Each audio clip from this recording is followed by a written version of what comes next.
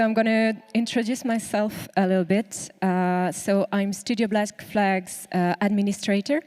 My duties goes from HR, legal, finance, to producing and team management.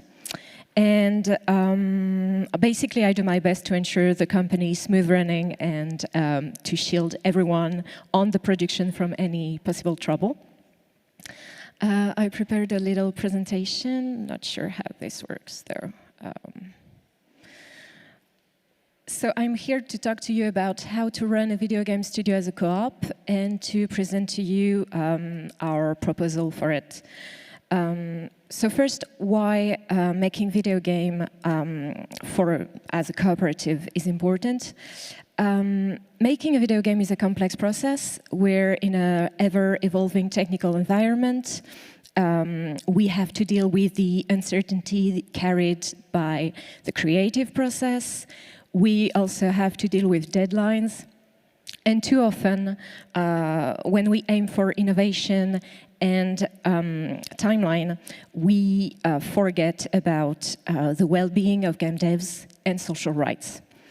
So at Studio Black Flag, we believe building a video game studio should be considered the same way as creating a video game that is a collective effort. So I'm going to let you in on Studio Black Flag proposal to run a video game as a cooperative. So first, a quick reminder of the co-op basics. Every employee is meant to become a company owner at some point. As opposed to vertical hierarchy, we have collaboration, sharing of the power, responsibility, and accountability. We use democratic decision-making processes through equal voting power. It's always one person equals one vote. No shareholder can detain more than half of the company shares. The executive manager or board of directors, if there is one, is always elected by the employees' shareholders. And what we call the operating surplus, what is most known as profit, is fairly shared between employees, shareholders, and reserves.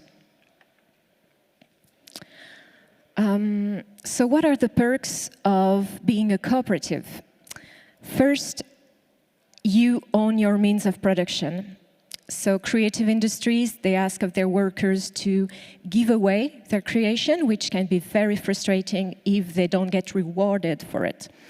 It's especially true for me in the French video game industry, where a video game is considered legally as a collective work. Everything is not dumped on one person's shoulders.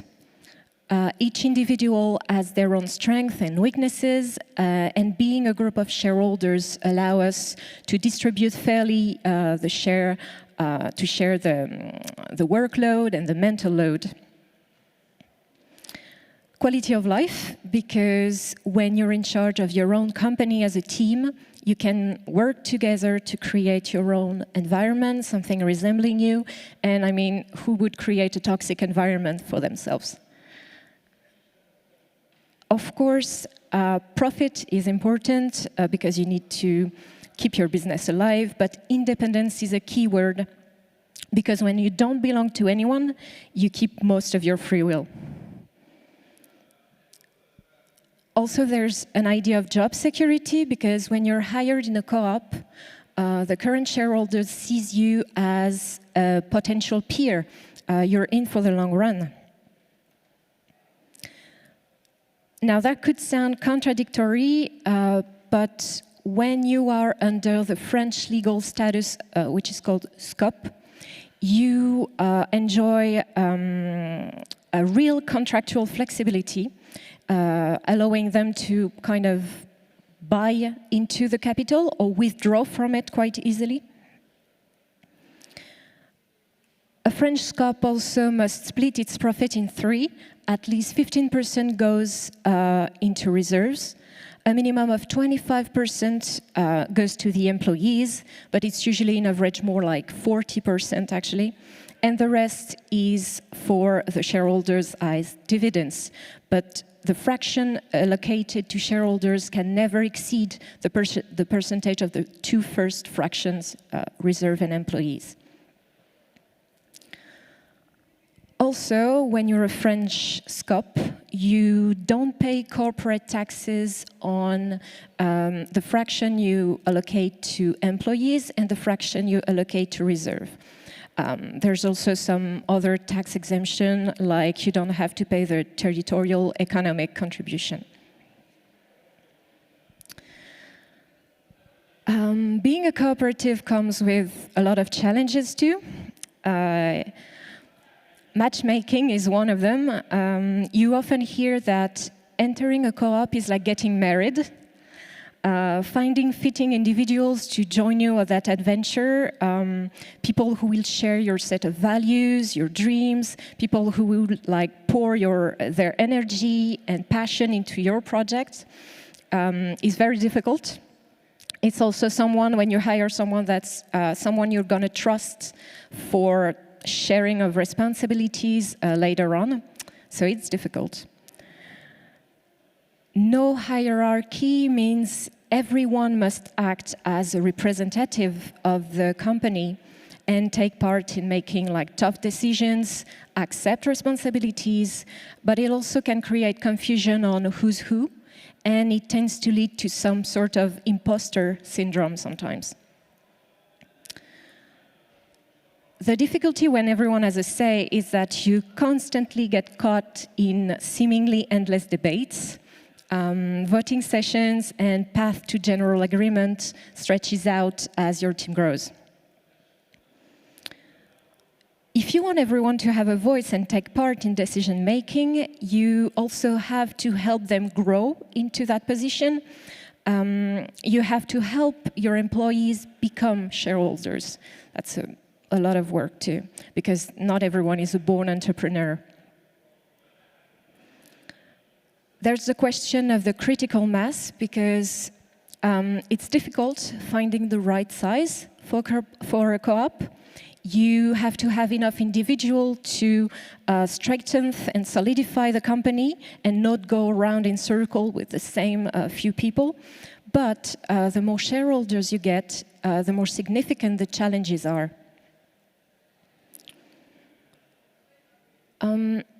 Again, it's more on the French legal status side of things, but a SCOP rely on what we call indivisible reserves, which means everything that's put into reserves cannot be withdrawn except for investment. That sometimes is seen as a punitive measure by some, but it's just so as the SCOP can continue to exist no matter what. And you have to then keep in mind that the keyword is not profit, but sustainability here. Finally, the French SCOP model is not very appealing to classic startup-type investors. They cannot become majority shareholders. They don't acquire a voting power proportional to their investment. And it's always one person, one vote, like I said. And also there's no capital gain. So it's not very, very appealing. So how does Black Flag deal with those challenges? But first, maybe, what is Black Flag? So we're an independent video game studio. We're based in Bordeaux. And the studio was founded in 2013, but it stayed a two-person co-op for a long time until the mid-2020. So for this reason, we should still be considered a young cooperative, if not immature. Our team includes 50% of women, which is worth mentioning. How do we organize? It's fairly simple. At Black Flag, seniors and juniors are called pirates. And every pirate can become a captain. Captains are the shareholders. The decision-making process is fairly simple also. You have The pirates and captains are the crew, and they vote on like day-to-day, simple, short-term impact decisions. And then you have the captains who are in charge of the executive part of decision-making, long-term, company-scale decisions. So how does a pirate become a captain? Any pirate can become a captain at any time. They can apply. But we have a few requirements.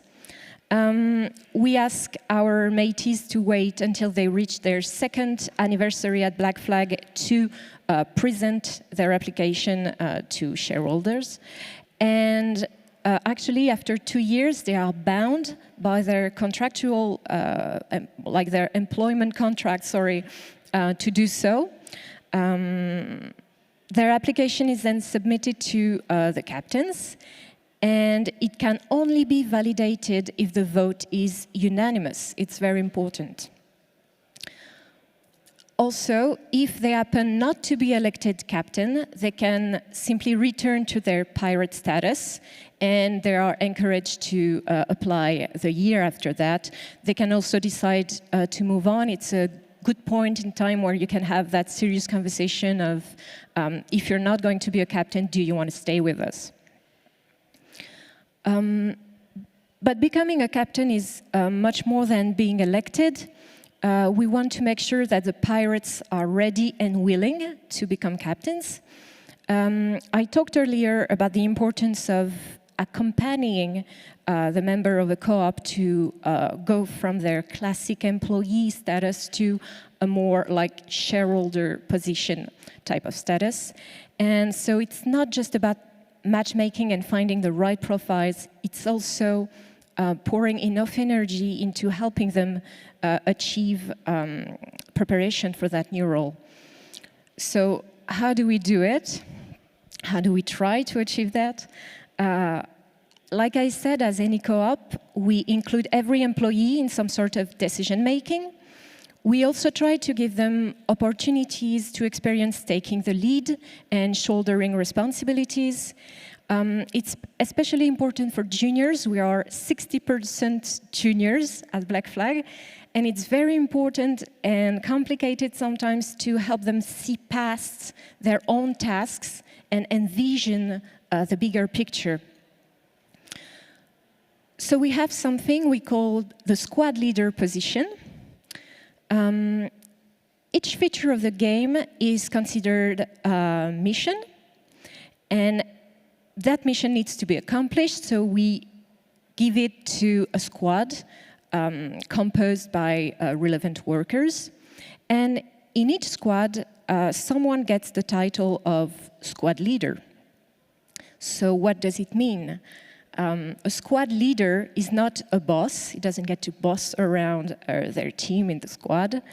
They have to coordinate the squad by setting up meetings, facilitating them and the communication among them. They also monitor the mission by checking everyone's progress. They update the production planning and tools. And they also report the state of production on their mission on behalf of their squad during global meetings or sprint reviews. Everyone can become a squad leader, regardless of if they're like junior or senior. And we make sure that everyone gets to be one at some point and can assume that role completely and regularly. Another attempt to empower our team is the creation of committees. Once every 3 months, a draw takes place to distribute employees into committees. The committees, they are free to organize their activities, they make decisions of their own, they implement them. There's only if it comes to like budget, legal, or if they feel like they need some sort of final word that they ask for the captain's input. The number and nature of these committees change regarding the current needs of the team, their motivation, their desires. So some practical example, we started off with 4 committees. The first one was the office committee. It was really about making sure our office provides everything the team might need, that we never run out of coffee, treats, that we work in a clean and nice environment. The community management committee was there to gather eligible material for social media, create posts, keep the community updated. We also had the learning committee in charge of gathering learning resources, basically organizing workshops, so we have knowledge exchange within the team, and they can also sometimes try to find professionals from outside the studio to intervene and come and speak at the studio. And of course, last but not least, the party committee, which organizes parties, comes up with ideas for team building, activities, etc. So like I said, these committees are ever evolving and they're following the team needs and desires. So since, for example, we recruited a community manager, we got rid of the community management committee. We now have a diversity/inclusion committee. And the party committee was given a lot of love, but it was a lot of effort and a lot of work outside of working hours. So we split it in 2, one for big events and one for simple day-to-day team building. So what do they bring to the studio and the team? They involve the employee on another level because they get to build their own company culture, the atmosphere by bringing their idea to life. They allow people that are usually not working together to collaborate on side projects, and so they get to know each other better. They are encouraged to be proactive. They get to try their hand at budgeting, taking responsibilities, to do on-the-spot decision-making, so it's very empowering. And they also help everyone discover their own interests and strengths, but also sometimes weaknesses. And this is important because when we'll all become shareholders, we will be aware of what everyone can and want brings to the table, and we can rely on each other in a smarter way. There are also risks that come with those committees. They can be time-consuming. Having more responsibilities can also sound overwhelming. And an employee might end up in a committee that they're not interested in because it's all random. So how do we deal with that? We are very clear on the fact that the priority goes to the production, and everyone is free to give the amount of time they see fit or they can afford to give. So it's just give what you have in terms of energy and time. The participation to committees is not mandatory. Before each re-roll and distribution of the committee members, we ask them if they are interested to participate or not, and it's perfectly fine to feel busy enough with your own tasks not to be in a committee this round. We think also there's always something you can bring to a committee, even if the main topic is not your favorite. The committee activities are defined by their members, so you can do whatever you want. We still strongly encourage people to be in committees because we feel it's a very good way to take part in the studio life, to see that bigger picture I was talking about earlier. And also, we feel like a member of a cooperative should help in the studio's development and influence it, so it resembles them. And it's also a lot of fun, because you get to do different stuff with your team members and get to know them each other better, so it's really nice. What we've mostly answered with the squad leaders and committees protocols are how to work horizontally and help employees grow in their future shareholders' position. So I thought I'll talk about how we tackle the other challenges we listed earlier. Matchmaking, we recruit collectively. It's usually 2 to 3 persons who deal with the applications, prepare and host the interviews. They present everything to the rest of the team, and we put those applications to a vote. We also distribute veto rights to everyone. So if someone in the team feels strongly about not hiring that or this person, we will not move forward. About those long decision-making processes, I mean, yes, we do have a lot of meetings. We try to stick to an agenda. We work with a lot of reports, so people don't feel like they have to be in every single meetings. They can just go through the reports. And also, it's a necessary evil. I mean, yes, democratic processes are going to take longer than if it's just one person making all the decisions. Regarding critical mass, I don't have an answer. Maybe there's none. I've often heard that the maximum you don't want to exceed is 5 or 7%. Today we are 19, if I'm counting the interns we have on board at the time. And we still feel like it's possible to be a team of 19 and a co-op, but it's a lot of work. You have to put in the time to create processes and protocol, to structure your organization, to take the time to give everyone a vote and a voice, and also to make sure everyone understands and agrees with what you're moving on with. The last 2 points are going to be more related to the French legal scope status, but when I said we're not attractive in the eye of startups-type investors, it's actually fine if you use the tools you have when you're a SCOP. There's a SCOP network with specific type of fundings. And I encourage you to go look into public funding and subsidies, because when you work as a SCOP, the specifications and requirements are very close to what we call in France RSE. So it's the corporate social responsibility, and that helps you score a lot of points on the public subsidies and state grants side of things.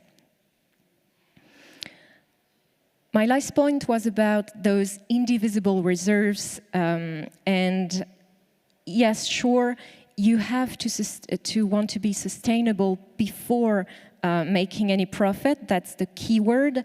And sustainability over profit is a mindset and a choice, and not everyone wants to make, which leads me to my conclusion. You don't have to be a SCOP to be a cooperative. Relevant legal status, as we have in France, is very nice to have, because it brings perks, like we saw, with dedicated network, help, and tax exemptions. But if you feel repelled by the challenges and constraints of that legal status, there are still many ways you can implement cooperative protocol and processes into your organization.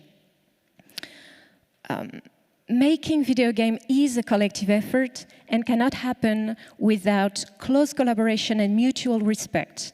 At Black Flag, we modestly try to find a better way to make games. Sure, running a video game as a co-op requires a lot of efforts and can be time-consuming, but we're not only creating entertainment, we're creating some sort of social experiment where our employees can thrive as individual and as a team. And for us, it's a great way to give our creatives something back. So I hope Black Flag's proposition will inspire you, and I thank you for your attention.